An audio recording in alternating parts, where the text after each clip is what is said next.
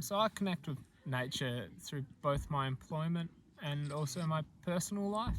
Um, so I guess I've always enjoyed being out in nature on a personal level, and I found it a place of um, comfort and also a place where I feel probably most settled. I sometimes hate when I've then got to go back to a city, and you can kind of feel the anxiety build up when you hit peak hour traffic and lots of people. So yeah, I've always enjoyed natural settings and place settings in that regards, and that's kind of led me to where I am with my employment.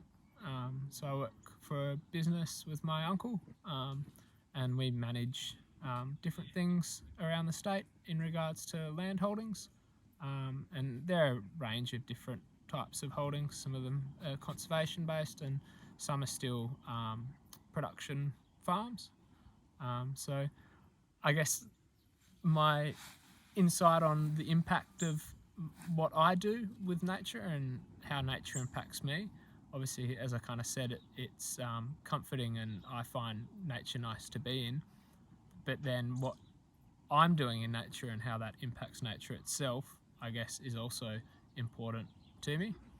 Um, so some of the work we undertake, I guess, is conservation orientated. So a lot of introduced species and weed management. Um, I guess then also, yeah, there's the farming aspect, and some of those things fund and fuel some of our other conservation projects. So I guess I'm on a personal level and less on a business sense, kind of aware of sometimes how production farming can impact earth and impact the land itself, and they're not always positives. Um, I guess when you've got an introduced animal on a native system, but unfortunately a lot of farms aren't native systems anymore.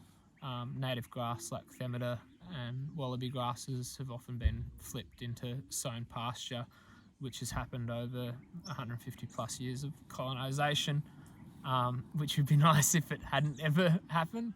But I think early European settlers viewed those grass types as what's best for livestock. So they went on the brutal changing of whole landscape scenes to be more productive, is how people would probably put it. And I guess that's led us personally on a bit of a discovery journey of how can you manage a landscape and a farm that has changed dramatically from what it is naturally, and how you can manage it in a way that's doing best for what you have currently. Um, so obviously sown pastures do require livestock or a disturbance event, so fire or animal grazing, to remain healthy. There are ways to flip them back to what they are, but that are very time consuming and quite difficult. Some areas we have tried to do that.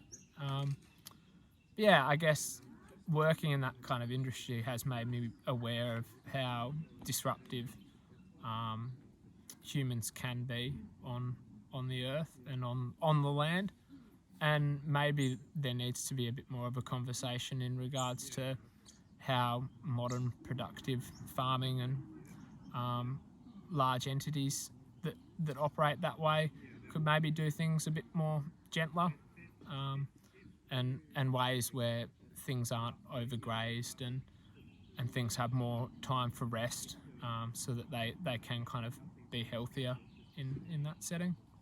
Yeah.